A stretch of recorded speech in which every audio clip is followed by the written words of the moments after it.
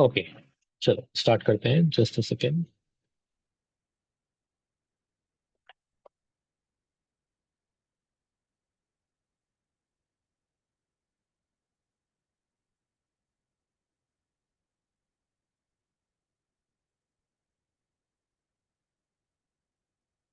हाँ, सो पीएनसी के पार्ट में सबसे पहला जो अपने पास लॉजिक आता है जिसको हम बोलते हैं बेसिक प्रिंसिपल ऑफ काउंटिंग। कि आप काउंटिंग जब करते हो तो there are two basic logic जो आपको पूरे चैप्टर में हर जगह यूज आएंगे, इनफैक्ट आगे भी इसका आपको यूज आएगा। तो वो है addition principle and multiplication principle. ठीक है। सो इन दोनों में कंफ्यूजन भी बहुत होता है कि इसमें कौन से पार्ट को कैसे यूज करना है या फिर किस पार्ट को क्या अप्लाई अप्लाई करना है। तो उस केस के लिए एक सिंपल लॉजिक ध्यान रखो। आपको एडिशन और मल्टीप्लिकेशन प्रिंसिपल जो है उसके लिए मैंने एक कॉन्सेप्ट बताया था। जब कोई भी एक इवेंट मल्टीपल पार्ट्स में होगा, लाइक पहले उसका स्टेप 1 हुआ, फिर स्टेप 2 हुआ, फिर स्टेप 3 हुआ, तो उस केस में मल्टीप्लिकेशन होता है। बट अगर कोई भी इवेंट डिफरेंट डिफरेंट टाइप से हो सकता है, लाइक इस इवेंट को करने का ये एक तरीका है, इस इवेंट को करने का ये दूसरा तरीका है, तो उन सब में एडिशन होगा बेसिकली। मतलब अगर एक ही चीज के अंदर डिफरेंट डिफरेंट पार्ट्स होंगे तो मल्टीप्लाई होंगे, बट अगर डिफरेंट डिफरेंट टाइप से करोगे तो वो आपके बेसिकली ऐड होंगे। इसको हम बोलते हैं addition principle and multiplication principle. जैसे हमने सिंपल सा एग्जांपल डिस्कस किया था कि सपोज करो कि A B and C are three different towns, और उन टाउन्स को कनेक्ट करते हुए आपके पास मल्टीपल रोड्स हैं। ठीक है, जैसे ए और बी के बीच में there are 4 connections, B and C के बीच में there are 3 connections, A and C के बीच में डायरेक्टली देर आर 2 कनेक्शंस। ठीक है। अब आपसे पूछा कि ए से लेके सी तक के टोटल कनेक्शन बताओ, तो आपको यहाँ पे मल्टीपल केसेस एक्सप्लोर करना पड़ेंगे। लाइक ए और बी के बीच में 4 थे, बी और सी के बीच में 3 थे। तो अगर आप A to C via B जाओगे तो there are 12 options basically. But अगर आप डायरेक्ट जाओगे तो there are 2 options, and total ways अगर आप देखोगे तो ये 14 हो जाएंगे। कैन आई से इसमें मैंने एडिशन भी अप्लाई किया और मल्टीप्लिकेशन भी किया? यस और नो?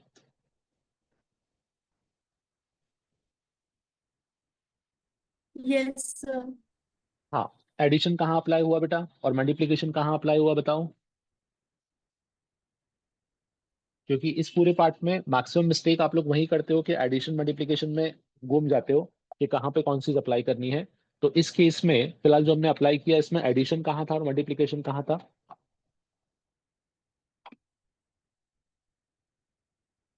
सो कैन आई से जब मैं ए टू सी जा रहा था वाया बी, तो that was the case of multiplication. क्योंकि उस केस में मेरे पास जो मेरा इवेंट था ए से लेके सी तक पहुंचना, इस इवेंट को मैंने दो पार्ट में किया। पहले मैं ए से बी गया, फिर मैं बी से कहाँ गया बेसिकली सी। तो उस केस में मल्टीप्लाई हो गया, दैट इज 4 into 3, ये बन गया आपके पास 12। नेक्स्ट इज, जब ए से लेके सी जाना है तो इसके दो मेथड्स थे, दो टेक्निक थे। पहला, मैं डायरेक्टली जा सकता था ए से लेके सी, जिसके 2 वेज थे। दूसरा वाया बी जा सकता था, दोनों को डिफरेंट निकाला तो ये दो डिफरेंट टाइप से इवेंट हो रहा था, इसलिए यहाँ पे एडिशन हुआ। तो यहाँ पे इस केस में एडिशन मल्टीप्लिकेशन साथ में आया था आपके पास। ठीक है। नाउ, अब इसमें हमने कुछ क्वेश्चन डिस्कस किए थे, स्टैंडर्ड क्वेश्चन जो बनते थे basically, which is repetition, non repetition and so on. So basic logic क्या कहता था, जैसे फॉर एग्जांपल आपसे बोला कि number of 3 digit number that can be formed with the digits without repetition. ठीक है। विदाउट रिपीटेशन का मतलब है कि एक नंबर अगर एक बार आ गया तो वापस से रिपीट नहीं हो सकता। तो अगर 3 डिजिट का नंबर फॉर्म करना है, अलाउड 5 डिजिट थे, तो it should B 5 into 4 into 3। Multiplication क्यों किया ये क्लियर है? Yes sir. क्योंकि मैंने, हाँ, क्योंकि हमने अपने जो इवेंट है ना उस इवेंट को बेसिकली 3 पार्ट में ब्रेक कर लिया। कि पहले हम फर्स्ट डिजिट फिल करेंगे, फिर हम सेकंड डिजिट फिल करेंगे, फिर हम थर्ड डिजिट फिल करेंगे। जिसकी वजह से अपने पास हमने अपने इवेंट को 3 पार्ट्स में ब्रेक कर लिया, और जब इवेंट पार्ट में ब्रेक हो गया तो इट इज एविडेंट कि इस केस में अपने पास जो कंडीशन था वो क्लियर हो जाएगा कि हमको इस केस में मल्टीप्लाई करना पड़ेगा। बिकॉज पहले नंबर को बनाने के 5 ऑप्शन थे, दूसरे नंबर के लिए अपने पास 4 ऑप्शन, तीसरे के लिए 3, तो यहाँ पे मल्टीप्लाई हो जाएगा। तो इस केस में आप मल्टीप्लिकेशन यूज करते हो। नॉर्मली नंबर्स के मैक्सिमम केस में आप मल्टीप्लिकेशन यूज करोगे। सो यहाँ पे जितने एग्जांपल आपको दिख रहे हैं मैक्सिमम मल्टीप्लिकेशन के ही एग्जांपल है जो हमने डिस्कस किए थे। Now it has got different different varieties. जैसे नंबर में एक केस इस टाइप का आता है which says how many 6 digit odd number greater than 6 lakh. ठीक है, अब कंडीशन समझना। सबसे पहले कंडीशन थी 6 डिजिट। ठीक है, नंबर में डिजिट 6 होने चाहिए। Second, it should be a odd number. Odd number की कंडीशन क्या होती है बेटा? सर लास्ट वाला नंबर ऑड होता है। यस, यूनिट प्लेस ऑड होना चाहिए। Next is number greater than 6 lakh. Number get 6 lakh से बड़ा भी होना चाहिए, तो आपको सारी कंडीशंस को साइमल्टेनियस लेते हुए चलना था। तो यहाँ पे थोड़े बाउंडेशन थे। सबसे पहली चीज, नंबर 6 लाख से बड़ा तब होगा जब उसका फर्स्ट प्लेस 6 या फिर 6 से बड़ा हो। तो आपने देखा कि यहाँ पे 6 या फिर 6 से बड़े ऑप्शन कितने थे? 4 थे। That is 6, 7, 8, 9। तो मैंने यहाँ पे फर्स्ट प्लेस पे 4 ऑप्शन लगा दिए क्योंकि नंबर चाहिए था 6 या 6 से बड़ा। नेक्स्ट इज, लास्ट प्लेस पे भी कंडीशन थी कि नंबर क्या होना चाहिए? ऑड। अब आप देखो इनमें कितने ऑड नंबर अवेलेबल है? दो, तीन तीन सॉरी। 3, 5, 7 एंड 9। तो लास्ट प्लेस पे आपने 3 कर दिया। क्या बाकी सब पे कोई कंडीशन था? No sir. No sir. No. Repetition allowed था, बाकी सब पे कोई कंडीशन नहीं था। इसका सब सिंपल सा मतलब है कि आपके पास बाकी सब में आप कुछ भी फिल कर सकते हो, आपको डायरेक्टली आंसर मिल जाएगा। सबका मल्टीप्लीकेशन दैट इज 1,552। तो इस तरीके से अपने यहाँ पे सिंप्लीफाई कर लिया क्वेश्चन को। चलो अब इसमें और वेराइटीज थी। How many integers greater than 5,000? Again, greater than 5,000 का मतलब हो गया कि पहला नंबर जो है वो 5 या 5 से बड़ा होगा आपके पास। ठीक है, अब अगर पहला नंबर 5 या 5 से बड़ा है तो कितने ऑप्शन अवेलेबल है? 3 ऑप्शन, 5, 6, 7। नेक्स्ट इज, आपको ये बोला गया था कि हर डिजिट को आप सिर्फ एक बार ही यूज कर सकते हो। ठीक है, अगर हर डिजिट को एक बार यूज कर सकते हैं मतलब रिपीटेशन अलाउड नहीं है। अगर रिपीटेशन अलाउड नहीं है तो कैन आई से टोटल 5 नंबर थे, उनमें से एक नंबर फर्स्ट प्लेस पे आया तो सेकंड प्लेस पे बाय डिफॉल्ट 4 नंबर बचेंगे। देन थर्ड प्लेस पे 3 एंड 2। इस तरीके से आपके पास नंबर के डिजिट बनेंगे। बट इसमें एक चीज ध्यान रखना थी, उसने ये कहीं नहीं बोला था कि नंबर में 4 डिजिट होना चाहिए, क्योंकि आपके पास 5,000 से बड़े नंबर 5 डिजिट के भी हो सकते हैं, 6 के भी हो सकते हैं, 7 के भी हो सकते हैं। Particularly in this question total number of digit 5 थे और रिपीटेशन अलाउड नहीं था, मतलब मैक्सिमम आप 5 डिजिट नंबर बना सकते हो। तो आपको यहाँ पे 4 डिजिट के आंसर भी निकालने थे, एट द सेम टाइम आपको यहाँ पे 5 डिजिट के आंसर भी निकालने थे। तो ये लॉजिक समझा इस क्वेश्चन में? हमने दोनों क्यों निकाला यहाँ पे, क्योंकि ये थोड़ा सा इंपॉर्टेंट था इस केस में।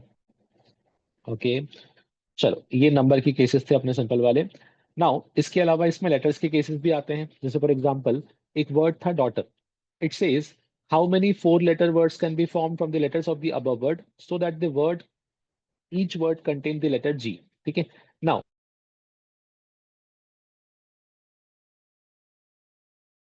अब इसमें क्या होता है, उसने फिक्स कर दिया कि जी तो आपका सब, जी को एक प्लेस पे फिक्स कर दिया और बाकी सब में क्या बोला कि बाकी सब में रिपीटेशन तो अलाउड नहीं है, तो जितने अल्फाबेट बचे हैं उनको अरेंज करते हैं 7 इंटू 6 इंटू 5।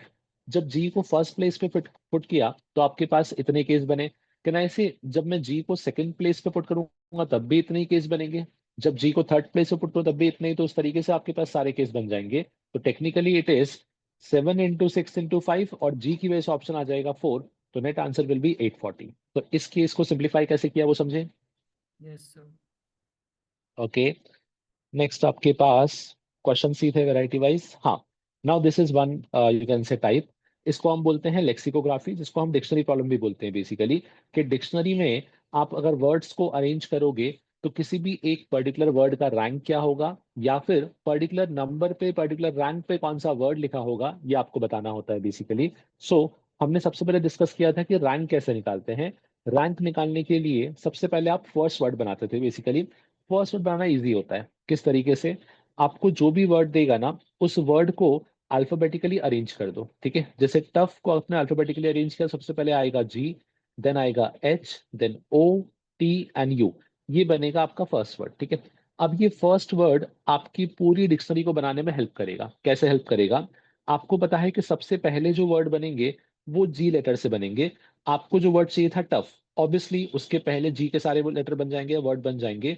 जी लेटर से बनने वाले वर्ड कितने होंगे? तो it will be 4 into 3 into 2 into 1 that is 24।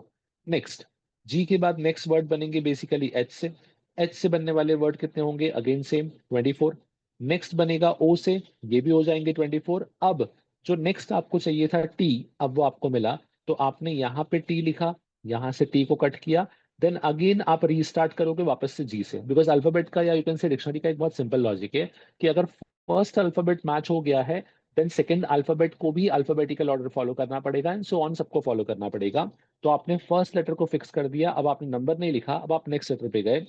First T fix होने के बाद जो वर्ड बनेंगे वो टी जी से बनेंगे। क्या हमको टी जी चाहिए था? नहीं, मुझे तो ओ चाहिए था।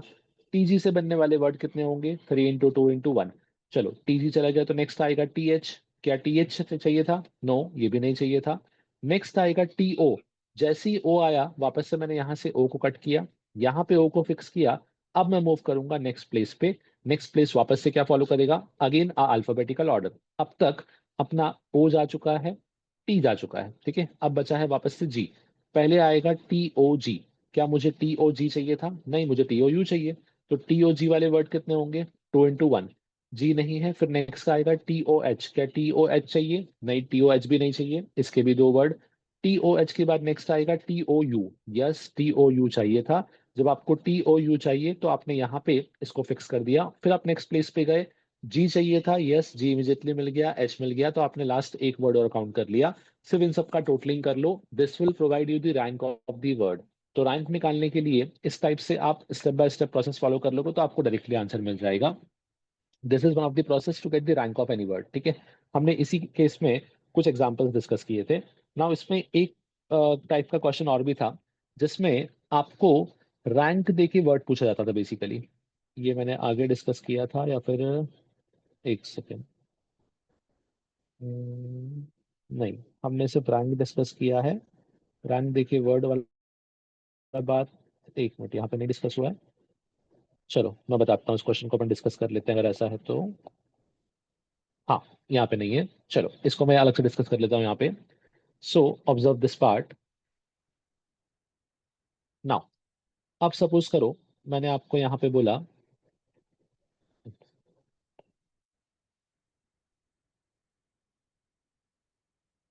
हाँ सपोज करो मैंने आपको बोला कि आपका कोई भी एक वर्ड था। लेट्स से जो वर्ड यहाँ पे अपन ने लिखा था मैं उसी को एग्जांपल में ले लेता हूँ, विच इज वरुण, ठीक है। ये वर्ड था। इससे टोटल नंबर ऑफ वर्ड्स जो बनेंगे वो बनेंगे 120। ये आपको पता है, दैट इज 5 फैक्टोरियल। अब ये जो डिक्शनरी है जिसमें टोटल ये 120 वर्ड्स बन रहे हैं बेसिकली, मुझे इस डिक्शनरी का 50th वर्ड चाहिए कि इस डिक्शनरी में 50th नंबर पे कौन सा वर्ड लिखा होगा, ये बताओ, ठीक है। अब तक हमने उल्टा किया, हमने वर्ड से उसका रैंक निकाला था। अब मैं उल्टा बोल रहा हूँ कि मुझे रैंक से वर्ड चाहिए कि वर्ड कौन सा होगा। कोई बताएगा इसका अप्रोच क्या होगा? एनीवन?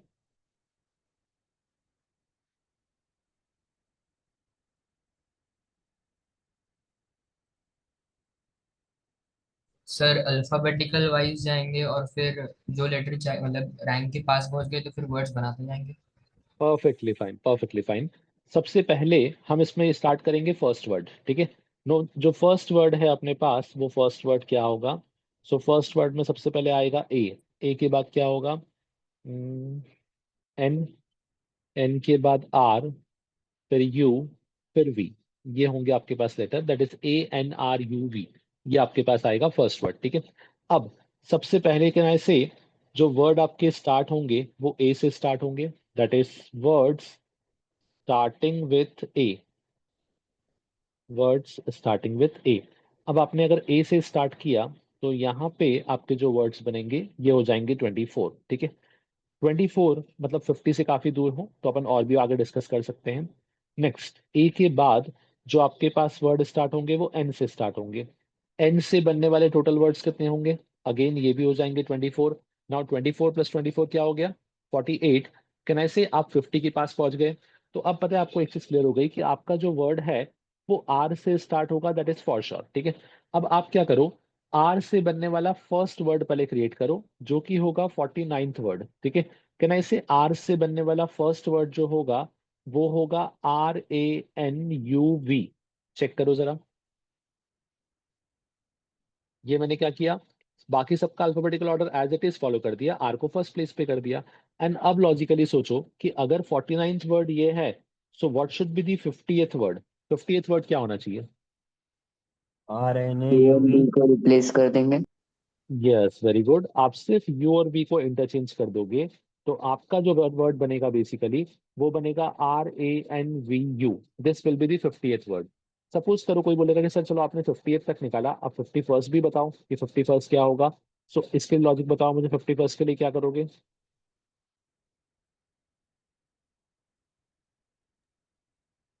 तो सर अब देखो, हाँ बोलो। हाँ बेटा बोलो, क्या लॉजिक बोल रहे थे?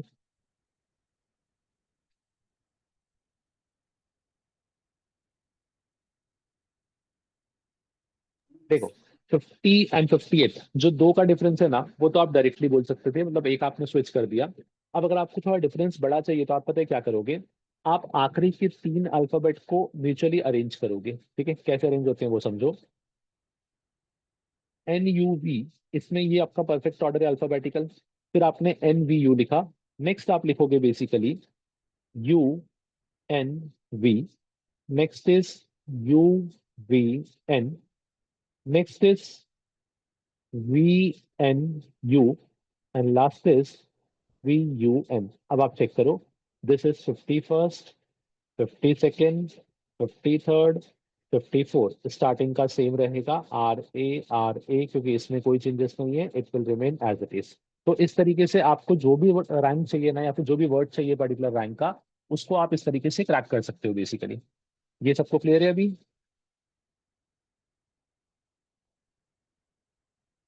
कंफर्म करो। सर एक बार वापस बताओ। 50th वाला मतलब बेसिकली वापस ये वाला बताना है या फिर बाकी सारे केसेस? सर 50 वाला। 50 वाला देखो। सबसे पहले मैंने क्या देखा कि 50th वर्ड तक पहुंचना था, तो उसमें एक चीज क्लियर हो गई कि आपके ए से 24 वर्ड्स बन गए थे, एन से 24 वर्ड्स बन गए थे, मतलब 48 तक तो आप वैसे ही पहुंच गए थे। तो आपको एक चीज क्लियर थी कि जो बाकी वर्ड्स बनेंगे 49, 50, 51, वो स्टार्ट कहाँ से होंगे, बेसिकली आर से स्टार्ट होंगे। अब अगर वो आर से स्टार्ट होंगे तो आर से बनने वाला फर्स्ट वर्ड क्या हो जाएगा? आर से बनने वाला फर्स्ट वर्ड होगा आर, उसके बाद ANUV, क्योंकि ये प्रॉपर परफेक्ट अल्फाबेटिकल ऑर्डर है। तो ये आपका, सॉरी ये वाला, ये आपका होगा 49th word. Next is 50th word. तो 50th में क्या हो जाएगा, सिर्फ लास्ट के दो को स्विच कर दो, क्योंकि बाकी दो में तो इंपॉर्टेंस कम हो जाएगा। आप इन दोनों को स्विच कर दोगे तो आपको 50th वर्ड मिल जाएगा।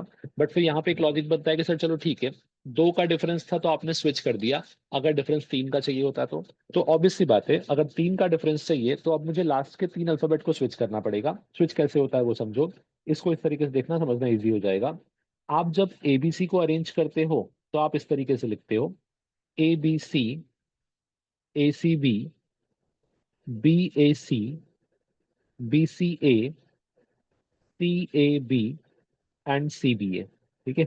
नाउ इसमें आप अगर पैटर्न ऑब्जर्व करो तो आपने पता है क्या किया, पहले A को प्रायोरिटी दिया, फिर B और C को इंटरचेंज किया, फिर B को प्रायोरिटी दिया, A और C को इंटरचेंज किया, C को प्रायोरिटी दिया।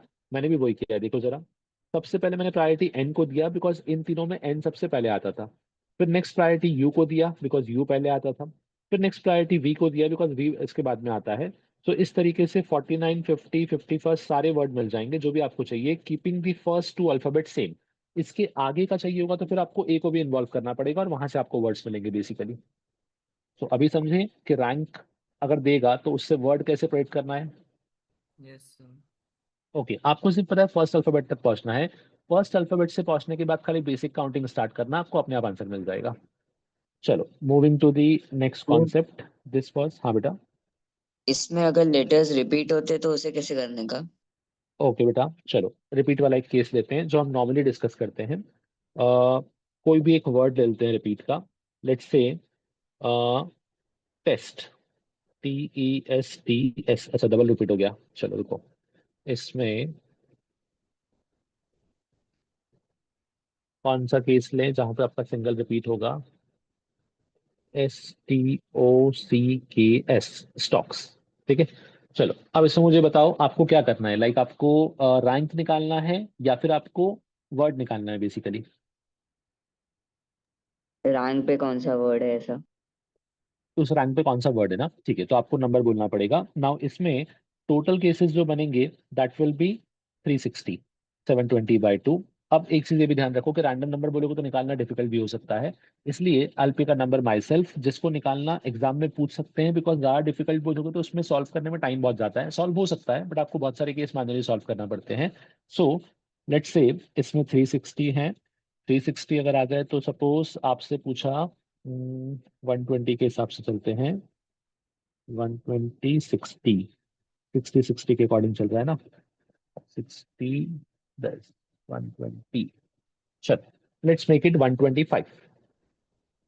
125th वर्ड कौन सा है ये आपसे पूछा। ठीक है।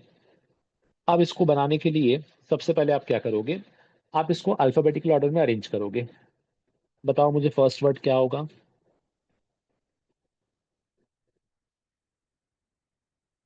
सो फर्स्ट वर्ड में सबसे पहले आएगा सी, फिर आएगा K K, then O O, SST। Check करो जरा। Yes sir.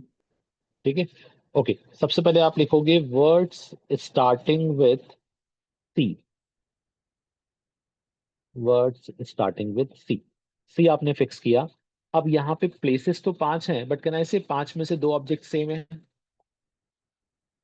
तो answer will B 5 factorial by 2 factorial, मतलब 60 वर्ड्स बनेंगे। ये क्लियर हुआ? yes sir. अभी 60 125 से काफी दूर है, तो नेक्स्ट वर्ड भी देख लेते हैं। वर्ड्स स्टार्टिंग विथ सी के बाद नेक्स्ट क्या आ जाएगा? के। के अगर आ गया तो यहाँ पे भी कितने बनेंगे आपके पास? 60, बिकॉज अभी भी 2 एस रिपीट हो रहे हैं। तो अभी आप कहाँ तक पहुंच चुके हो? 120 तक। मतलब एक चीज क्लियर हो गई कि आपका जो वर्ड है वो स्टार्ट किससे होगा? ओ से स्टार्ट होगा। अब मुझे ये बताओ, ओ से स्टार्ट होने वाला फर्स्ट वर्ड कौन सा होगा? ओ, सी, के, एस, एस, टी।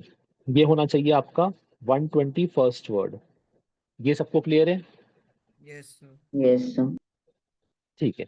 अब देखो मैंने क्या बताया था, आपके पास 120 फर्स्ट है, आपको जाना है 125 तक, मतलब आपको बेसिकली इसमें काफी अरेंजमेंट करना पड़ेंगे। सबसे पहले ये चेक करो, आखिरी के 3 जो हैं, इन 3 में से 2 अल्फाबेट सेम है। ठीक है, तो अगर इन 3 में से 2 अल्फाबेट सेम है तो आप कितना भी अरेंज कर लो, इसमें आपको 3 ही केसेस मिलेंगे। 122nd वर्ड जो बनेगा, 123rd जो बनेगा, वो क्या हो जाएगा? OCKSTS, OCKTSS। ये समझे अभी? yes sir. क्योंकि अगर वो तीनों डिफरेंट होते तो आप उसको 3 फैक्टोरियल 6 वर्ड निकाल लेते, बट यहाँ पे 3 में से 2 सेम थे तो आपने लिया 3 फैक्टोरियल बाय 2 फैक्टोरियल, मतलब 3 ही केस मिलेंगे। अब आपको नेक्स्ट 124th वर्ड के लिए इस के को भी यूज करना पड़ेगा। अब इनमें अरेंज करना स्टार्ट करेंगे, तो कैसे अरेंजमेंट होगा समझो। ओ सी, अब आपने एस को पहले लिया, प्रेफरेंस दिया, के एस टी, एक एस को आपने पहले ले लिया basically, and 125th will be OCSKTS।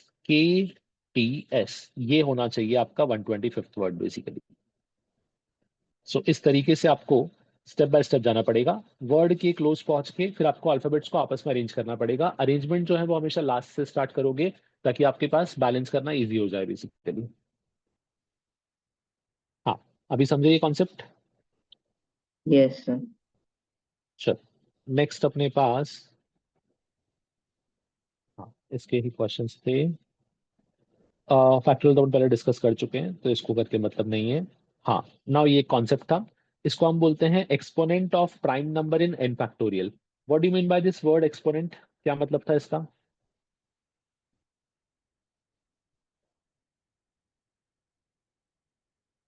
Exponent को इन जनरल हम लोग क्या बोलते हैं? पावर बोलते हैं बेसिकली। yes sir. हाँ, तो आपका जो पावर वाला केस है, इसका मतलब क्या आता है कि आपके पास कोई भी एक बड़ा सा फैक्टोरियल है, लेट्स से 100 फैक्टोरियल। मैंने पूछा कि बताओ 100 फैक्टोरियल में 2 का एक्सपोनेंट क्या होगा, मतलब 2 का हाईएस्ट पावर क्या आएगा जो उसको डिवाइड करेगा। जैसे यहाँ पे क्वेश्चन लिखा हुआ है, एक्सपोनेंट ऑफ 2 इन 100 फैक्टोरियल। ठीक है, अब इसको सॉल्व करने का एक सिंपल सा फॉर्मूला था, हमने एक शॉर्ट ट्रिक डिस्कस किया था यहाँ पे। This short trick was very simple. आपको ये वैल्यू सॉल्व कर लेनी है, दैट इज n/p का GIF। मैंने आपको बोला भी था उस समय कि GIF आप बाद में पढ़ोगे फंक्शन प्रॉपरली पूरा, बट उसको हमने यूज यहाँ पे भी कर लिया था। आपको इसको सॉल्व करते जाना है जब तक GIF का वैल्यू 0 ना बन जाए, बिकॉज आपको पता है कि जैसे ही कोई रेशो 1 से छोटा होगा, उस केस में GIF क्या बन जाएगा? बेसिकली 0 बन Zero. जाएगा। सो वहां तक आपको पहुंचना है, और बाय डिफॉल्ट आप किसी ना किसी वैल्यू पे पहुंच जाओगे। जैसे इस केस में 100/2, 100/4, 100/8 करते करते 100/64 के बाद जो नेक्स्ट वैल्यू आएगा वो सारे 0 होंगे, तो आपको इन सब केसेस को सॉल्व करके आंसर निकालना था। जो फाइनल वैल्यू आएगा वो आपको एक्सपोनेंट दिखा देगा, सिंपल सा। बट इसमें एक लिमिटेशन था, लिमिटेशन वाज वेरी सिंपल, कि ये सिर्फ एप्लीकेबल है ओनली फॉर प्राइम नंबर्स। ठीक है, सबके लिए एप्लीकेबल नहीं है। अगर आप नॉन प्राइम नंबर यानी कि 4 यूज करोगे तो उसका टेक्निक तो है, बट उसके लिए डायरेक्टली प्रोसेस एप्लीकेबल नहीं है। आपको इसको सिंप्लीफाई करना पड़ेगा through some other technique basically. ठीक है, नाउ अब इसलिए मैंने समझाने के लिए क्वेश्चन भी डिस्कस किया था कि सपोज करो आपसे पूछा है एक्सपोनेंट ऑफ 2, 3, 5, 10, 12। ये प्राइम है, डायरेक्टली आ जाएगा। ये प्राइम डायरेक्टली आ जाएगा। ये प्राइम डायरेक्टली आएगा। बट ये दोनों प्राइम नहीं है, तो जब प्राइम नहीं होते तो सॉल्व कैसे करते हो? जिसमें उसके मल्टीपल के जिसमें लेस केसेस बनेंगे उसके इक्वल हो जाता है। Yes, very good. प्राइम अगर खुद नंबर नहीं हुआ तो ऑब्वियसली उस नंबर को आप प्राइम नंबर की फॉर्म में एक्सप्रेस कर सकते हो। जैसे फॉर एग्जांपल 10 जो है इसको आप लिख सकते हो 2 into 5, ठीक है। अब इसको आपने 2 into 5 लिखा, दोनों प्राइम थे, तो आपको सिर्फ ये देखना है कि दोनों में से बड़ा नंबर कौन है। क्यों? जितना नंबर बड़ा होगा उतने फैक्टर्स कम होंगे, तो जितने आपके पास बड़ा नंबर है वो आपको आंसर बता देगा। जो मैंने यहाँ पे लिखा था कि exponent of 10 will be nothing but equal to exponent of 5, that is nothing but 28, ठीक है। सिमिलरली 12, अब 12 के साथ एक प्रॉब्लम थी। 12 में एक्सपोनेंट बेसिकली 2 भी था प्राइम और 3 भी था, और कंडीशन ये थी कि 2 2 थे और एक 3 था। इसका मतलब ये है कि हर 2 2 और एक 3 मिला के एक 12 बनाते हैं बेसिकली, ठीक है। तो अब मैंने यहाँ पे क्या देखा, नो डाउट बड़ा नंबर तो 3 था, बट दोनों को वेरीफाई करना चाहिए था। यहाँ पे इस केस में फर्क नहीं पड़ेगा, आपको आंसर सेम मिलेगा। एक्सपोनेंट ऑफ 12 और एक्सपोनेंट ऑफ 3, मैंने इन दोनों को इक्वेट कर दिया था आंसर निकालने के लिए, तो आपका आंसर 58 आया था बेसिकली, ठीक है। इन द सेम वे यहाँ पे आपके पास 18 था। 18 मतलब 2 3 और एक 2 मिलके 18 बनाते हैं। दोनों में से बड़ा नंबर कौन सा है? 3 है। बट एक चीज ध्यान रखो, अगर आप डायरेक्टली एक्सपोनेंट ऑफ 18 आंसर बोल दोगे तो गड़बड़ हो जाएगा। एक्सपोनेंट ऑफ 3 आपको बोलना पड़ेगा एक्सपोनेंट ऑफ 3/2। ये बाय 2 क्यों किया बेटा मैंने?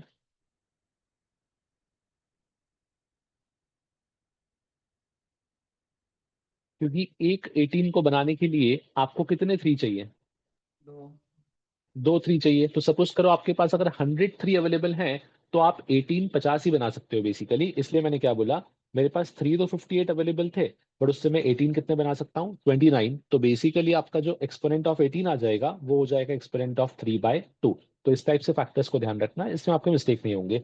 इसी में एक अप्रोच और भी आता है, एक टाइप का क्वेश्चन आता है जो बोलता है किसी भी फैक्टोरियल के एंड में या बड़े फैक्टोरियल के एंड में नंबर ऑफ जीरो बताओ। एक चीज ध्यान रखो, 5 फैक्टोरियल के बाद जितने भी फैक्टोरियल बनेंगे सबके एंड प्लेस पे जीरो आना कंपलसरी है। किसी में एक प्लेस पे आएगा, किसी में 2 पे आएगा, किसी में 100 पे भी आते हैं।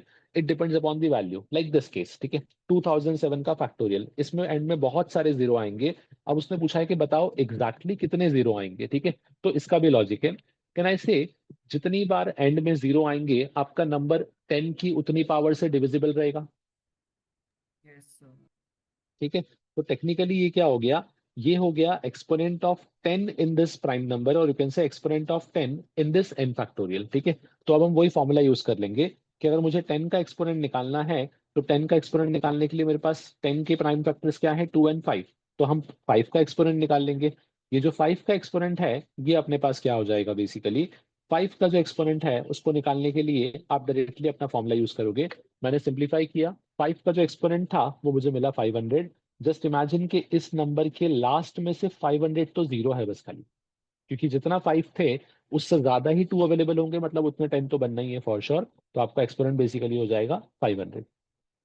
नाउ अब यहां से जो हमने स्टार्ट किया था वो स्टैंडर्ड डेफिनेशन था कि परम्यूटेशन एंड कॉम्बिनेशन जो है इनका मीनिंग वर्ड वाइज क्या चलता है। तो इन जनरल परम्यूटेशन का मतलब था आपके पास अरेंजमेंट, कॉम्बिनेशन का मतलब था आपके पास सिलेक्शन। खाली इतना आप लोग को ध्यान रखना था। परम्यूटेशन में ऑर्डर को इंपॉर्टेंस मिलता है, इस केस में ऑर्डर को इंपॉर्टेंस नहीं मिलता है, इसमें सिर्फ सिलेक्शन को इंपॉर्टेंस मिलता है बेसिकली। क्योंकि आपको पता है कि अरेंज करोगे तो ऑर्डर इंपॉर्टेंट है, बट सिलेक्ट करोगे तो ऑर्डर इंपॉर्टेंट नहीं है। सिलेक्शन में क्या सिलेक्ट किया वो इंपॉर्टेंट है, कब सिलेक्ट किया उससे फर्क नहीं पड़ता बेसिकली। चलिए नेक्स्ट इज, हाँ यहाँ पे कुछ वैल्यूज थे अपने पास परम्यूटेशन कॉम्बिनेशन के, इनको समझना। सबसे पहले अगर आपके पास n डिस्टिंक्ट ऑब्जेक्ट हैं और आपको सबको अरेंज करना है, तो ये हमने इन जनरल ऑलरेडी किया था, बट इसको फॉर्मूले से भी आप करोगे तो इजीली हो जाएगा। That is denoted by npn, जिसको कि आप बोलते हो n factorial. The logic is simple, पहले ऑब्जेक्ट के लिए n ऑप्शंस, फिर n-1 n-2 अप टू कहां तक आ जाओगे 1 तक, it will B n factorial. हो सकता है कि आपको सारे ऑब्जेक्ट को नहीं बट n में से r को ही अरेंज करना हो। अगर आपको n में से r को अरेंज करना होगा तो वैल्यू बनेगा आपके पास npr, जिसको कि हम लिखते थे n factorial by n minus R का फैक्टोरियल, ठीक है। नेक्स्ट आपके पास सपोज करो कि आपको n में से r ऑब्जेक्ट को सिलेक्ट करना है, ठीक है। अब यहाँ पे सिलेक्शन भी आ गया, तो उसको आप डिनोट करते हो NCR से, by this value n factorial by r factorial into n minus R का factorial. Now this is a special case, इसको हम बोलते हैं रिस्ट्रिक्टेड कॉम्बिनेशन, ठीक है। रिस्ट्रिक्टेड कॉम्बिनेशन क्या होता है, आपके पास बोला गया कि number of combination of n different things taken R at a time when P particular things are always included, ठीक है। मुझे ऐसा बोला कि मुझे n चीजों में से आर को सिलेक्ट करना है, बट पी हमेशा आनी चाहिए। Let me make it simple for you. आपके पास 20 ऑब्जेक्ट थे, सिलेक्ट आपको 10 को करना है, बट आपके पास ये फिक्स है कि ये दो ऑब्जेक्ट हमेशा आने ही चाहिए। तो कैन आई से जो 20 थे उसमें से दो हटा दोगे, मतलब बचेंगे 18, और जो 10 चाहिए थे उसमें से भी दो हटा दोगे तो बचेंगे आपके पास 8। तो आंसर विल बी 10C8। वैसा ही कुछ यहाँ पे आपको दिखेगा answer, it is n minus P C R minus P. इस चीज को याद रखने से बेटर है इसका लॉजिक पता होना चाहिए। तो सबको लॉजिक समझा हमने क्या एक्सप्लेन किया? Yes, sir. Yes sir. This is always included, ठीक है। अब अगर इंक्लूडेड वाले केस में दोनों में से हटा रहे हो, तो नेक्स्ट केस जो होगा ऑलवेज एक्सक्लूडेड, उसमें किस में से हटाओगे? सिर्फ टोटल में से। अगर ऐसा बोला कि ये दो ऑब्जेक्ट सिलेक्शन में आने ही नहीं चाहिए, तो सिलेक्शन में नहीं आएंगे मतलब टोटल में से हटेंगे, बट चाहिए तो आपको उतने ही होंगे बेसिकली। तो एक केस में था n minus P C R minus P, second case में हो जाएगा n minus P C R. अब इसमें p का कोई रोल नहीं आएगा आपके पास, डायरेक्टली आप सॉल्व कर सकते हो। ये जो c के प्रॉपर्टीज हैं, ये सारे प्रॉपर्टी हम ऑलरेडी बारे में डिस्कस कर चुके हैं, तो यहाँ पे डिस्कस नहीं करेंगे, चलेगा। इस केस में आपके पास एक क्वेश्चन बनते हैं, यू कैन से ज्योमेट्री टाइप के। ज्योमेट्री क्वेश्चन किस टाइप से होते हैं? इट इज एक प्लेन है, उसमें आपको बोला गया है कि there are n point and कोई भी 3 पॉइंट कोलिनियर नहीं है। तो उस प्लेन में कितने स्ट्रेट लाइन बनेंगे, कितने ट्राइंगल बनेंगे, कितने डायगोनल्स वाला यू कैन से पॉलीगॉन बनेगा। सो लॉजिक इज वेरी सिंपल। एक लाइन को बनाने के लिए आपको 2 पॉइंट चाहिए होते हैं। टोटल नंबर ऑफ पॉइंट कितने अवेलेबल हैं? n। तो कैन आई से NC2 लाइंस आप बना सकते हो। सिमिलरली एक ट्राइंगल को बनाने के लिए आपको 3 पॉइंट चाहिए होते हैं। टोटल नंबर ऑफ पॉइंट कितने अवेलेबल थे? n। तो जितने वेज में 3 पॉइंट सिलेक्ट कर पाओगे, दैट इज NC3, उतने आपके क्या बन जाएंगे बेसिकली? उतने आपके ट्राइंगल बन जाएंगे। ये दोनों पार्ट सबको क्लियर है अभी? Yes, sir. ओके। अब जो नेक्स्ट केस था वो थोड़ा सा इंटरेस्टिंग केस है, इसको ध्यान रखना। इसमें बोला गया था number of diagonals in a polygon of n side. अगर कोई भी n साइडेड पॉलीगॉन है तो उसमें नंबर ऑफ डायगोनल्स कैसे निकालते हो? Logic is very simple. आप किसी भी दो पॉइंट को सिलेक्ट करो। अगर आपने दो पॉइंट को सिलेक्ट करके ज्वाइन किया, तो या तो वो डायगोनल बनेगा या फिर वो साइड बनेगा बेसिकली। तो can I say selection of two from the given n points will give you number of sides plus number of diagonals, ठीक है। तो NC2 जो नंबर रहेगा that will be number of side plus number of diagonals. Now number of diagonals का value हो जाएगा NC2 minus n। तो यहां से हम इसको डिराइव करते हैं। इसको दो फॉर्मूले से आप याद रखते हो, या तो NC2 माइनस n या फिर n इंटू n माइनस 3/2। दोनों ही एक दूसरे के डिराइव फॉर्म है। जब NC2 माइनस n को सॉल्व करते हो तो आपको सॉल्व करने पे आंसर मिल जाएगा n into n minus 3/2। Simplify कैसे किया समझे? चलो, अब इसमें ही आपके पास केसेस तो नॉर्मल है सिलेक्शन वाले। हाँ, ये एक इंपॉर्टेंट केस था। इसको हम बोलते हैं बेसिकली गैप मेथड, ठीक है। थोड़ा सा रिकॉल करो, गैप मेथड को अप्लाई करने का प्रोसेस क्या था और कब एप्लीकेबल था गैप मेथड? जब नेवर टुगेदर वाले क्वेश्चन आते थे। यस, जब आपके पास ऐसा लिखा हो कि कुछ पर्टिकुलर ऑब्जेक्ट साथ में नहीं आने चाहिए, तो उस केस में अप्लाई आप हमेशा करोगे गैप मेथड। गैप मेथड का लॉजिक क्या कहता है? जो ऑब्जेक्ट साथ में नहीं चाहिए ना, उनको अलग करो, बाकी सबको आप लाइन से अरेंज कर दो, और उनके बीच में गैप अरेंज करके उन ऑब्जेक्ट्स को फिट कर दो। जैसे फॉर एग्जाम्पल इस क्वेश्चन में क्या बोला था? How many different words can be formed from the letter of the word Ganeshpuri when EHP are never together, ठीक है। तो इसने बहुत सारे अल्फाबेट दिए थे, बट उसमें से 3 अल्फाबेट को साथ में नहीं आना है ऐसा बोला गया था। तो मैंने क्या किया, इन 3 को छोड़ के बाकी सबको लाइन में अरेंज कर दिया, ठीक है। और इनके जो गैप बने, उस गैप्स के अंदर मैंने क्या फिल किए बेसिकली? ये 3 ऑब्जेक्ट, ताकि ये कभी साथ में आए ना। और इसलिए इस मेथड को हम लोग गैप मेथड बोलते हैं, जहां पे पर्टिकुलर ऑब्जेक्ट साथ में नहीं चाहिए होते हैं। लॉजिक क्या होता है? सबसे पहले जिन ऑब्जेक्ट पे कंडीशन नहीं है उनको लाइन से आप अरेंज कर दो, उससे आपको गैप मिल जाएंगे, ठीक है। अब जो गैप है, नंबर ऑफ गैप्स देखो और आपको उन गैप में कितने ऑब्जेक्ट फिट करने हैं। जैसे इस केस में 8 गैप्स थे और ऑब्जेक्ट 3 थे, तो मैंने क्या बोला? 8C3। मैंने कोई भी 3 गैप सिलेक्ट कर लिए, ठीक है। अब ये जो 3 ऑब्जेक्ट गैप में आए, ये आपस में अरेंज होंगे 3 फैक्टोरियल वेज में।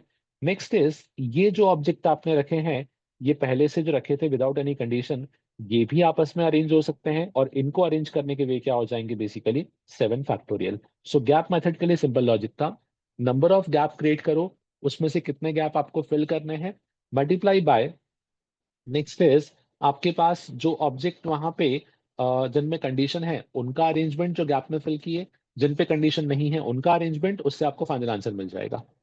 ये क्लियर है अभी? Yes. sir. ओके,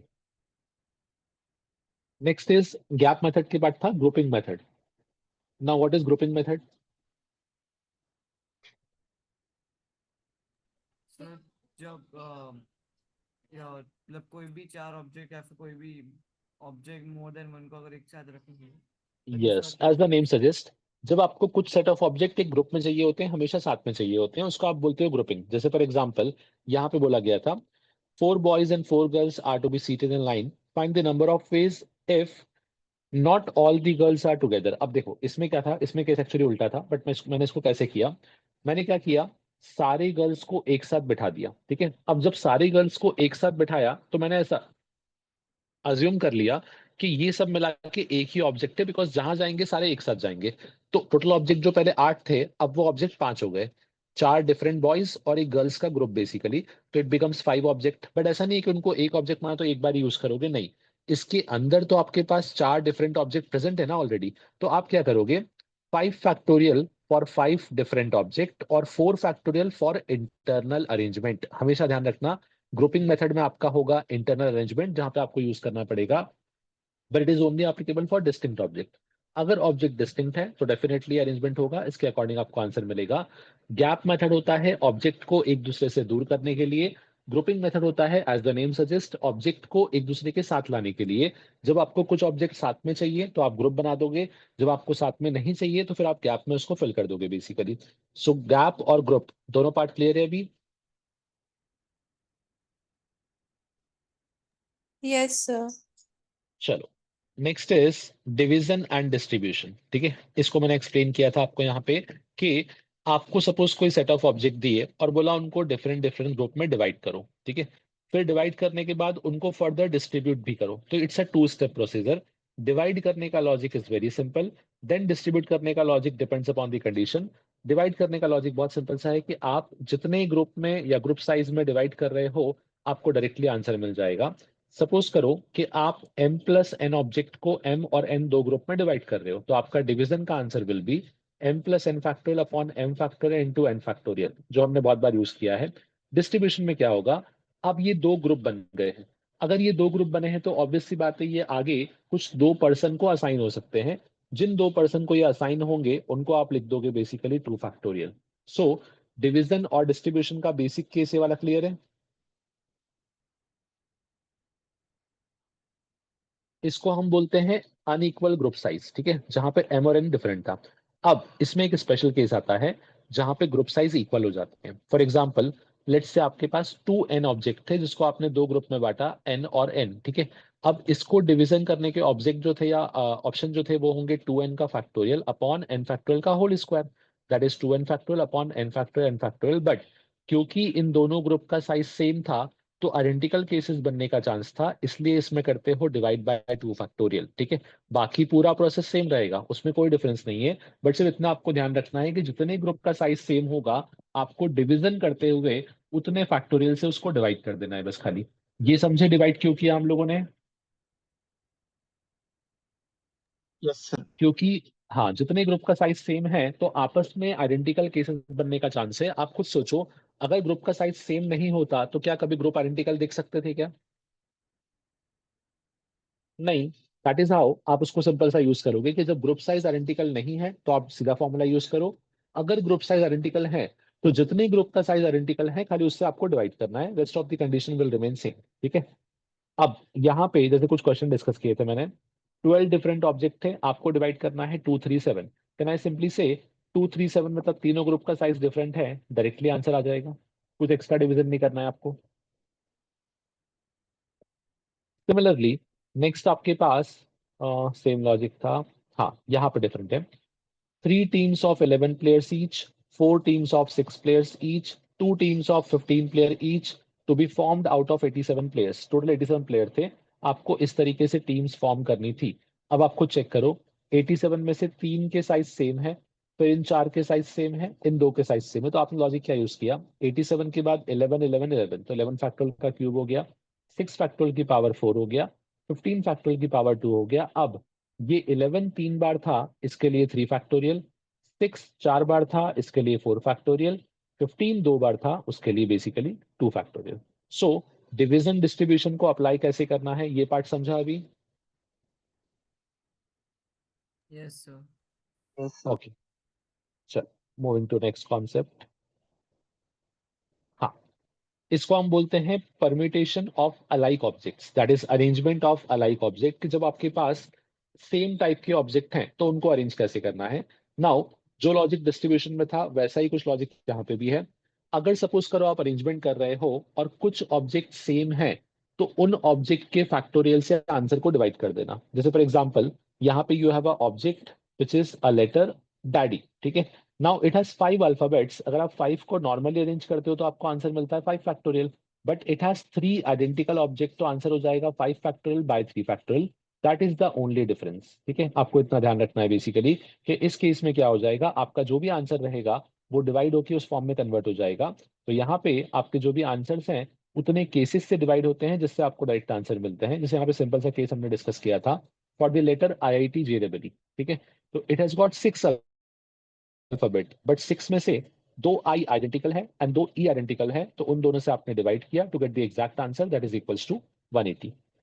ओके, बाकी तो केसेस थे, क्वेश्चन देख के आप समझ जाओगे। ये सारे केसेस थोड़े से इंपॉर्टेंट हैं तो इनको क्वेश्चंस को देखना प्रॉपरली, जहां पे आप कॉम्प्लिकेट लेटर्स से इनको क्रिएट करते हो बेसिकली। इंडिपेंडेंस, हाँ ठीक है, इट्स द सेम केस। हाँ, नेक्स्ट आता है आपका important part, that is circular permutation, ठीक है। अब तक जो हमने डिस्कस किया ना उस पार्ट को हम बोलते थे linear permutation. The reason is कि वहां पे आप ऑब्जेक्ट को लाइन में अरेंज कर रहे थे, बट अभी जो आप यूज कर रहे हो इस पार्ट को हम बोलते हैं बेसिकली सर्कुलर परम्यूटेशन। अब आप उन्हीं ऑब्जेक्ट्स को लाइन में अरेंज नहीं करोगे, उनको आप अरेंज करोगे बेसिकली सर्कल में, ठीक है। नाउ मुझे ये बताओ, लाइन में अरेंज करने में और सर्कल में अरेंज करने में क्या डिफरेंस है,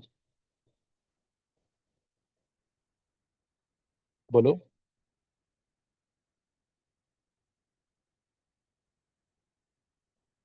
सो जब आप ऑब्जेक्ट्स को लाइन में अरेंज करते हो तो इन दैट पर्टिकुलर केस आपका स्टार्ट और एंड फिक्स होता है and you have a defined and points, ठीक है।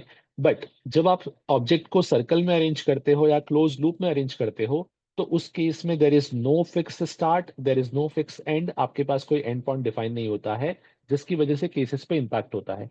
हमने डिस्कस किया था सिंपल सा कि अगर आप एन ऑब्जेक्ट को लाइन में अरेंज करते हो तो नंबर ऑफ वेज मिलते हैं एन फैक्टोरियल, बट अगर उन्हीं को सर्कल में अरेंज करोगे तो वेज कितने मिल जाएंगे, n-1 का फैक्टोरियल, ठीक है। आपको इतना ध्यान रखना है बस खाली। बट इसमें मैंने आपको टेक्निक और बताया था, technique was circular permutation is equal to linear permutation upon n। इसको ध्यान रखना।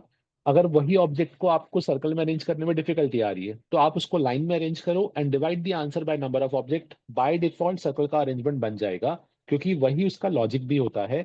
जितने आप ऑब्जेक्ट लेते हो उतने आपको आइडेंटिकल केसेस दिखते हैं फॉर सर्कुलर परम्यूटेशन। तो इसीलिए circular permutation is always given by linear permutation by number of object. Obviously this object should be distinct, तो CP is equal to LP by N, इससे हम सॉल्व करते थे।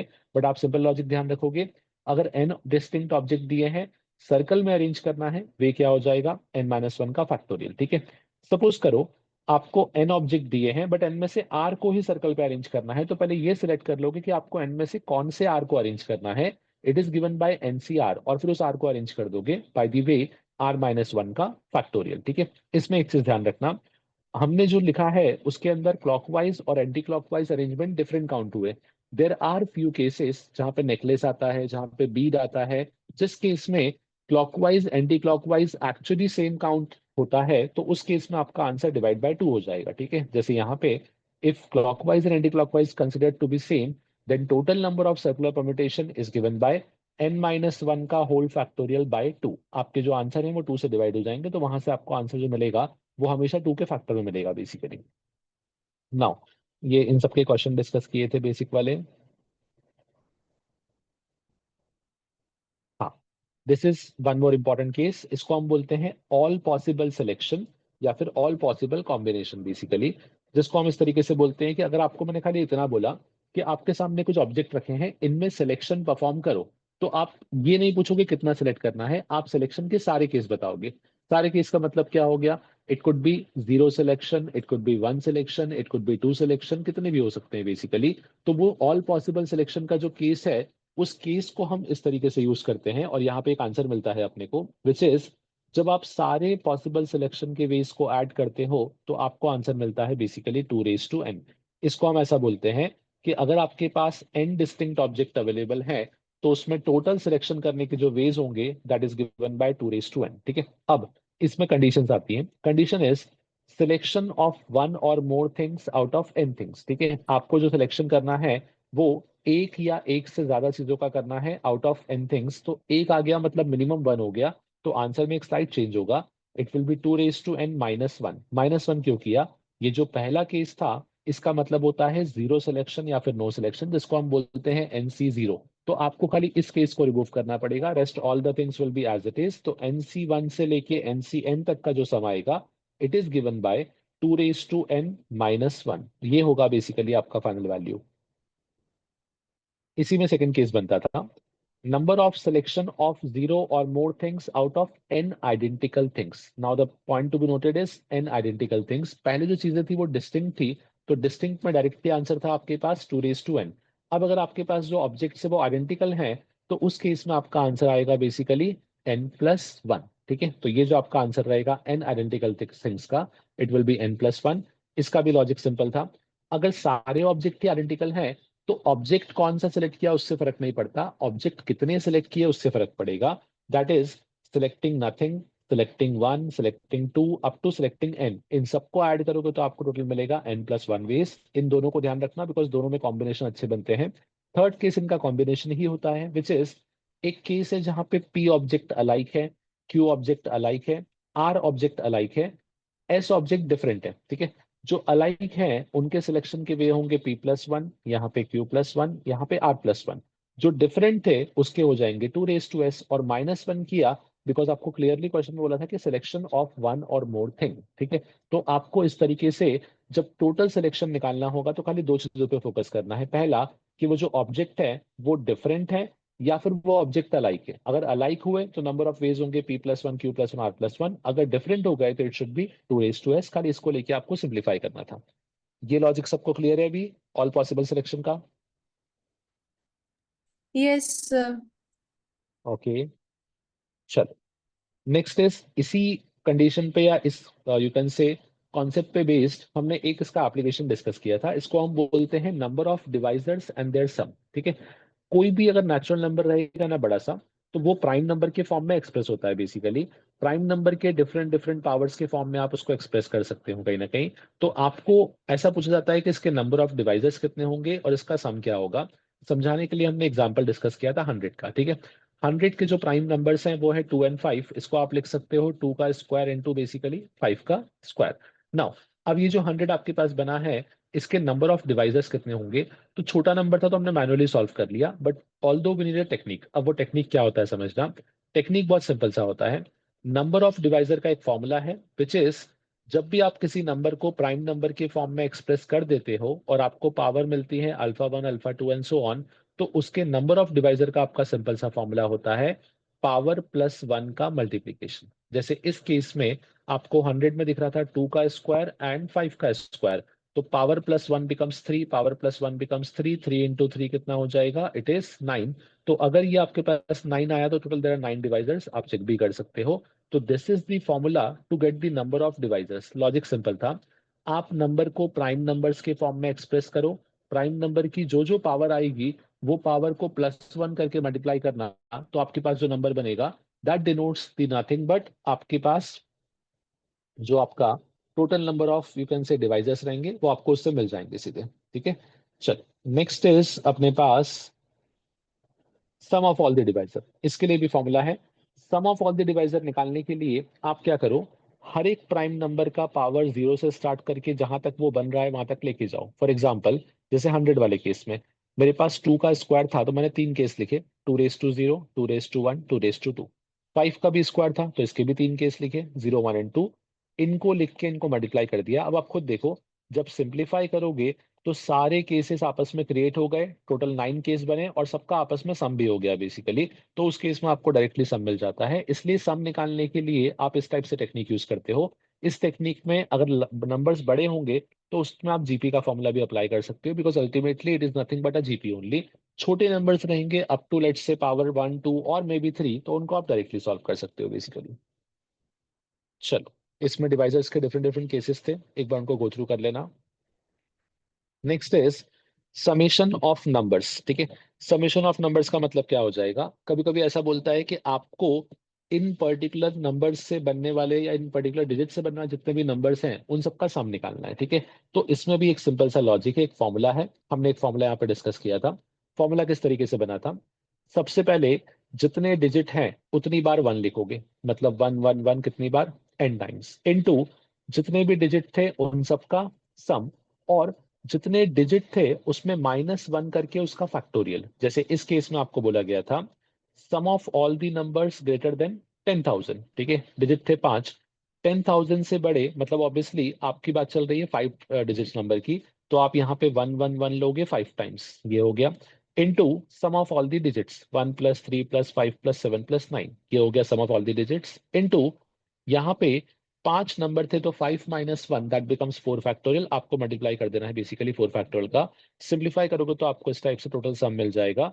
This is nothing but the net value जो आपको पूछा जाता है पर्टिकुलरली फॉर समेशन वाला केस। तो समेशन वाले केस में खाली ये फॉर्मूला ध्यान रखो, इससे आपको डायरेक्टली आंसर्स मिल जाएंगे। हाँ, ऊपर जो हमने डिस्कस किया था वो केस था आपके पास division and distribution of distinct object. ठीक है, अब यहाँ पे एक स्पेशल केस आता है, ये थोड़ा सा इंपॉर्टेंट भी है। It is known as division and या you can say directly distribution, distribution of alike object. ठीक है, अब आपके पास ऑब्जेक्ट तो सेम है सारे, आपको उसको डिस्ट्रीब्यूट करना है। ठीक है, लेट्स से आपको बोला there are n identical coins, इसको आपको डिस्ट्रीब्यूट करना है amongst p person so that each person may get any number of coin. ठीक है, इसको समझाने के लिए मैंने आपको कंडीशन दी थी, ये हम बोलते थे बॉक्स मेथड। ठीक है, कंडीशन बताया था मैंने कि एम्प्टी बॉक्सेस अलाउड है, एम्प्टी बॉक्सेस अलाउड नहीं है। ठीक है, सिखाया कैसे था? सपोज करो कि आपको 2 बॉक्सेस दिए और बोला कि n ऑब्जेक्ट है, आपको जितने ऑब्जेक्ट जिस बॉक्स में डालने डालो अंडर दी कंडीशन कि एम्प्टी बॉक्स अलाउड है। तो आपने केसेस बनाना स्टार्ट किए तो आपको आंसर मिले थे। हमने कंक्लूजन निकाला सब कुछ ड्राइव करने के बाद, और कंक्लूजन ऐसा मिला था बेसिकली कि सपोज करो n आइडेंटिकल ऑब्जेक्ट है जिनको आपको r डिस्टिंक्ट बॉक्सेस में अरेंज करना है और एम्प्टी बॉक्सेस अलाउड हैं, तो answer will B n + r - 1 c r - 1। बताया था मैंने, जब एम्प्टी बॉक्स अलाउड है तो केस बड़ा होगा, इसलिए आंसर भी बड़ा आना चाहिए, तो ये बनेगा n + r - 1 c r - 1। Second case, जब एम्प्टी बॉक्स अलाउड नहीं है तो ऑब्वियसली आंसर छोटा आएगा। जब आंसर छोटा आएगा तो उस केस में आप आंसर लिखोगे n - 1 c r - 1। सो ये आपके दो वैल्यू रहेंगे। पहला n + r - 1 c r - 1, that is when empty boxes are allowed. Second is n - 1 c r - 1 जब एम्प्टी बॉक्स अलाउड नहीं होते हैं। अब आपको सिर्फ क्वेश्चन को क्रैक करना है कि क्वेश्चन के अकॉर्डिंग इसमें कौन सा केस दिया है। जैसे यहाँ पे find the total number of ways of distributing 7 identical computers to R, S and G so that each receive at least 1 computer। अगर उसने बोल दिया कि each receive at least 1 computer, इसका मतलब empty box allowed है कि नहीं है? अलाउड नहीं है। नहीं है सर। अलाउड नहीं है। यस, क्योंकि हर एक को उसने एक एक देने को बोला है। तो अगर एम्प्टी बॉक्स अलाउड नहीं है तो R का वैल्यू हो गया 3, N का वैल्यू हो गया 7, डायरेक्टली आंसर आ जाएगा that is equal to 15। Similarly इसमें क्वेश्चंस अलग वैरायटी के बनते थे। जैसे यहाँ पे लिखा है मैंने x + y + z = 102, x y z natural number है। अब अगर x y z natural number है मतलब कहना है इसे तीनों 1 से स्टार्ट होंगे। Yes, सो sir. इनको आपने अज्यूम कर लिया एज अ बॉक्स और आपने कंडीशन बोल दी कि बॉक्स में एम्प्टी बॉक्स अलाउड नहीं है। आप इससे सेम केस बन गया, r becomes 3, n becomes 102, simply solve कर दोगे। तो इस तरीके से इन सारे क्वेश्चंस को, टिपिकल केसेस को सॉल्व करने के लिए आप बॉक्स मेथड को यूज कर सकते हो। आपको सिर्फ इतना मेक श्योर करना है कि जो भी आपने ऑब्जेक्ट्स क्रिएट किए हैं वो ऑब्जेक्ट्स आइडेंटिकल होने चाहिए। बॉक्सेस कैसे भी हो सकते हैं और बॉक्सेस में कंडीशन इज वेरी सिंपल, या तो एम्प्टी अलाउड होगा या फिर नहीं होगा। तो आपको उसके अकॉर्डिंग क्वेश्चन को सॉल्व कर देना है। जो भी केस बनेंगे वो उन दो केस पे ही सॉल्व होंगे आपके सारे क्वेश्चंस बेसिकली। नाउ नेक्स्ट हमने डिस्कस किया था ग्रिड। ग्रिड वाले केस कोई टिपिकल नहीं थे, ग्रिड वाले केस बहुत ही नॉर्मल केस थे। इसमें एक सिंपल सा अप्रोच होता है। ग्रिड वाले केस में आपको सिर्फ ये देखना होता है कि किसी भी एक पॉइंट से सेकेंड पॉइंट तक पहुंचने के लिए टोटल नंबर ऑफ कितने ग्रिड का रिक्वायरमेंट है, उसमें कितने हॉरिजॉन्टल है और कितने वर्टिकल है। आप किसी भी पाथ से जाओ, आप इस पाथ से जाओ, आप इस पाथ से जाओ, अगर आप सेम पॉइंट तक पहुंचते हो तो आपके पास हमेशा एक चीज फिक्स होगा, total number of grid same होंगे, नेक्स्ट आपके पास नंबर ऑफ हॉरिजॉन्टल सेम होंगे, नंबर ऑफ वर्टिकल सेम होंगे। तो मैंने वही लॉजिक लिखा था, टोटल ग्रिड या total number of you can से possible path divided by number of horizontal number of vertical. इससे आपके ग्रिड प्रॉब्लम के सारे क्वेश्चन सॉल्व हो जाते हैं बेसिकली, जिसमें हमने चेस बोर्ड को भी इंक्लूड किया था। लास्ट टॉपिक जो हम डिस्कस करते हैं इस चैप्टर में उसको हम बोलते हैं डिरेंजमेंट। ठीक है, नाउ ये थोड़ा सा इंपॉर्टेंट भी है बिकॉज डिरेंजमेंट पे डायरेक्ट क्वेश्चंस भी बहुत सारे आते हैं और आप लोग इस कॉन्सेप्ट को एंड में मिस कर देते हो बहुत बार। डिरेंजमेंट सबसे इजी कॉन्सेप्ट है अगर आपने सिर्फ थोड़ा सा एक लॉजिक सीख लिया क्वेश्चन को क्रैक करने का।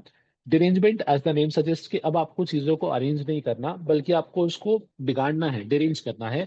डिरेंज करने का सबसे आसान तरीका, सबसे सिंपल जो एग्जाम्पल आप डिस्कस करते हो वो होता है हमेशा कि आपके पास कुछ सेट ऑफ एनवलप्स हैं, आपके पास उस एनवलप के करस्पॉन्डिंग लेटर्स हैं। अज्यूम करना कि 5 एनवलप हैं और करस्पॉन्डिंग 5 लेटर्स हैं। मैंने बोला कि आपको इस तरीके से लेटर्स को एनवलप में फिट करना है कि एक भी लेटर अपने करेक्ट एनवलप में नहीं जाना चाहिए। ठीक है, तो इसी केस को हम बोलते हैं डिरेंजमेंट। नाउ डिरेंजमेंट दो तरीके से होता है, डिरेंजमेंट कंप्लीटली भी हो सकता है और डिरेंजमेंट पार्शली भी हो सकता है। जो हम यूज करते हैं formula that is only applicable for complete derangement. जो मैंने यहाँ पे फॉर्मूला लिखा है डीआर का, ये फॉर्मूला है कंप्लीट डिरेंजमेंट का, कि अगर आपको सारे ऑब्जेक्ट को डिरेंज करना होगा तो आप ये फॉर्मूला यूज करोगे। फॉर्मूला बनाने का टेक्निक बहुत सिंपल सा था, बाहर लिखते हो आप टोटल नंबर ऑफ ऑब्जेक्ट का फैक्टोरियल, अंदर आप लिखते हो 1 माइनस 1/1 प्लस 1/2 माइनस 1/3, जब तक आर अचीव ना हो जाए बेसिकली। प्लस माइनस चलेगा ऑल्टरनेटिवली। नाउ इसमें बताया भी था मैंने कि इन वैल्यूज पर याद रख लो बिकॉज डायरेक्टली यही वैल्यू काम आएंगे। D0 से लेके D5 इसके ऊपर डिरेंजमेंट नहीं होता। सेकंड एक केस होता है पार्टली डिरेंजमेंट। ठीक है, पार्ट कैसे होता है वो समझो। सपोज करो कि आपके पास 5 एनवेलप थे, मैंने बोला कि आपको लेटर्स एनवेलप में डालने हैं बट एग्जैक्टली 3 लेटर रॉन्ग में गए। नाउ इट इज ऑब्वियस कि अगर एग्जैक्टली 3 रॉन्ग में गए मतलब 2 करेक्ट में भी गए होंगे, तो अब यहाँ पे करेक्ट को भी इंपॉर्टेंस मिल जाता है। तो उस केस में आप क्या करते हो, उस केस में आप अपने क्वेश्चन को इस तरीके से सॉल्व करते हो जैसे यहाँ पे लिखा है मैंने। इस केस का मतलब ये हो गया, ठीक है, 5C3 इंटू D3। अब इसका मतलब क्या है, जो 3 आपके पास रॉन्ग एनवेलप में गए वो 3 कौन से थे और फिर उन 3 का आपस में डिरेंजमेंट। ठीक है, या अगर मैंने बोला कि चलो 4 रॉन्ग में चले गए, ठीक है, तो वो 4 कौन से थे, उन 4 का आपस में अरेंजमेंट। तो इस तरीके से जब आपके पास डिरेंजमेंट में पार्ट केस आएगा तो आपको पता है क्या करना है, आपको आगे MCR को यूज कर लेना है कि सपोज करो 10 लेटर थे, 10 एनवेलप थे, मैंने बोला 5 राइट होने चाहिए, 5 रॉन्ग होने चाहिए। तो पहला क्वेश्चन आता है कि कौन से 5 राइट होने चाहिए, तो उसका सिलेक्शन का वे आ जाएगा 10C5 और फिर आपको डिरेंज तो 5 को ही करना था, तो 5 को डिरेंज कर दोगे आपका आंसर आ जाएगा D5 बेसिकली। तो this is your last concept of derangement. Derangement clear है अभी सबको? Yes, sir. चलो, सो यहाँ तक अपना पीएनसी का पार्ट था। मैंने मोस्टली सिर्फ कॉन्सेप्ट को रिवाइज किया है, क्वेश्चंस को डिस्कस नहीं किया है ज्यादा, तो मैं इसका पीडीएफ शेयर करता हूँ। जो इसी कॉन्सेप्ट के करस्पॉन्डिंग क्वेश्चंस हैं एक बार उनको आप लोग रिकैप करो, गो थ्रू करो। नेक्स्ट सेशन में अपन पीएनसी का एग्जाम रखते हैं और उसके साथ में उसका डिस्कशन रखते हैं बेसिकली। ठीक है, यस सर। चलो ओके, आज के लिए इतना काफी है, बाकी नेक्स्ट टाइम डिस्कस करते हैं। चलो, Thank you, sir. Bye, sir. Welcome बेटा। Thank you, sir. Thank you, sir. Welcome. Okay, Thank you. Welcome.